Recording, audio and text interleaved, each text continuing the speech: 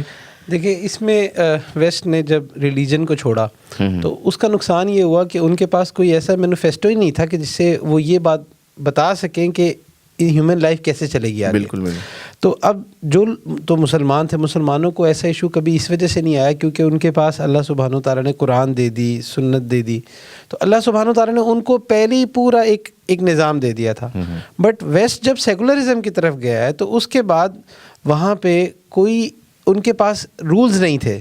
مختلف فلاسفرز آتے گئے، مختلف وقت میں اپنی اپنی تھیوریز دیتے تھے. یعنی وہ اپنی نیگیٹو انٹلیکٹ کے تھرو ہی کریٹ کرنا چاہ رہے تھے. بالکل ایسا ہی ہے. اب آپ دیکھیں کہ چونکہ وہاں پہ عورتوں کا بہت برا حال تھا اور یہی وجہ تھی کہ ایک خاص جو عورتوں کا ایک ایلیٹ طبقہ تھا کہ جنہوں نے یہ موومنٹ سٹارٹ کی جس کو ہم فرسٹ ویو آف فیمنزم بھی کہتے ہیں. عجیب بات یہ ہے کہ وہ وومن رائٹ کی بات کر رہے تھے جبکہ وہاں پہ وہ بلیک وومن کو اس میں انکلوڈ نہیں کرتے تھے. یعنی کہ پری ڈومیننٹ ریسزم تھا تب بھی وہاں پہ تھا. تو پھر اس میں تو یعنی عورت کے رائٹس تو کچھ بھی نہیں ہے، تو سلیکٹیو ہیومینٹی تھا. بالکل ایسے ہی تھا. اسی لیے آپ فرسٹ ویو کو اگر پڑھیں.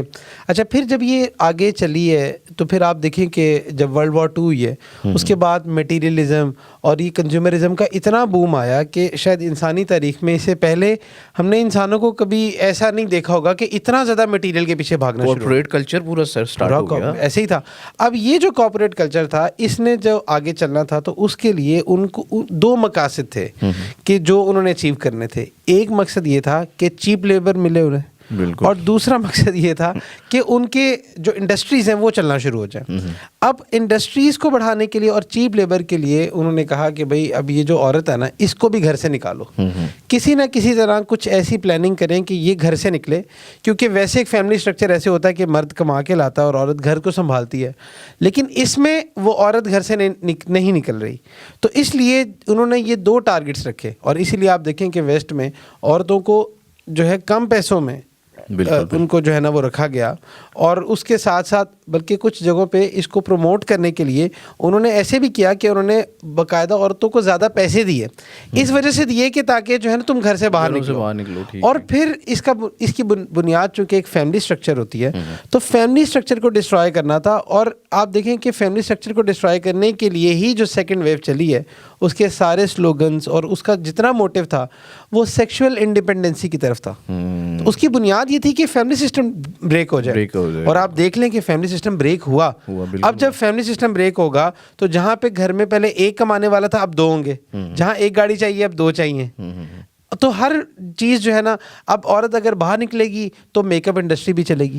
دیکھیں اچھا میک اپ کاسمیٹک انڈسٹری کو لانچ کرنے سے پہلے انہوں نے ایک چیز انکلکیٹ کی عورتوں کے درمیان اندر، پرسنل جو باڈی امیج ہوتا ہے اس کے بارے میں انہیں انفیریورٹی کمپلیکس میں ڈالا کہ you are leaking something, you have to make up for it. ایسے ہی ہے. تو کاسمیٹک انڈسٹری تو وہاں سے لانچ ہوئی. ایسے ہی ہے. اب کہ خاص جو ہے نا وہ ایک ماڈل بتا دیا کہ بھئی اگر ایسا جسم ہوگا، ایسا رنگ ہوگا تب جو ہے نا آپ معاشرے میں ایکسیپٹیڈ ہیں اور معاشرہ آپ کو قبول کر رہا ہے. بالکل. تو پھر اسی طرح سے جب یہ چیز اسٹارٹ ہوئی ہے پھر اس کے بعد 3rd ویو آئی. وہ تو نیکسٹ لیول کوئی چیز تھی کہ عورتوں نے کہا کہ نہ صرف یہ کہ ہمیں ایکویلٹی کے علاوہ انہوں نے یہ چیز کہی کہ ہمیں مردوں پر حاکمیت بھی چاہیے.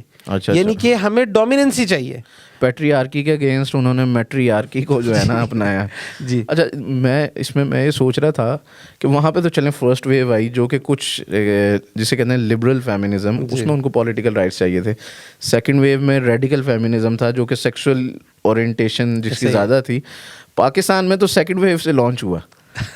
پاکستان کا تو اب دیکھیں کہ سب سے پہلے آپ اسٹیٹسٹکس اٹھا کے دیکھ لیں کہ وہ ممالک جہاں پہ یہ موومنٹس چل رہی ہیں اور وہ ممالک جہاں پہ یہ موومنٹس نہیں چل رہی. مثال کے طور پہ کہ پاکستان میں ہم اپنی بات کرتے ہیں کہ یہاں پہ یہ موومنٹس نہیں تھیں, یہ تو اب کچھ عرصہ پہلے آئی ہیں.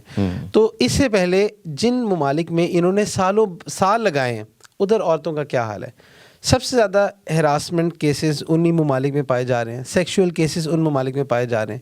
تو اصل میں پاکستان کی امیج کو خراب کرنا اور اسلام کی امیج کو خراب کرنا, اب یہی وومن رائٹ والے جو تھے, یہ جو افغانستان میں ہوا یا عراق میں ہوا یا کشمیر میں عورتوں کے ساتھ جو ہوا, وہاں پہ لوگ کہاں ہوتے ہیں؟ وہاں پہ غائب ہوں گے. وہاں پہ بالکل نہیں نظر آئے گا کہ پیلسٹائن میں کیا ہو رہا ہے, ایسے ہی کشمیر میں کیا ہو رہا ہے. وہاں پہ غائب ہو جائیں گے. وہاں پہ ان کی کیونکہ سلیکٹیو ہیومینٹی ہے نا, وہ مسئلہ چل رہا ہے بھائی. تو اس لیے یہ جتنے بھی معاملات ہیں, اب دیکھیں نا, اگر مرد بھی یہ ایٹیچیوڈ اپنا لیں تو بتائیں معاشرہ کدھر جائے گا؟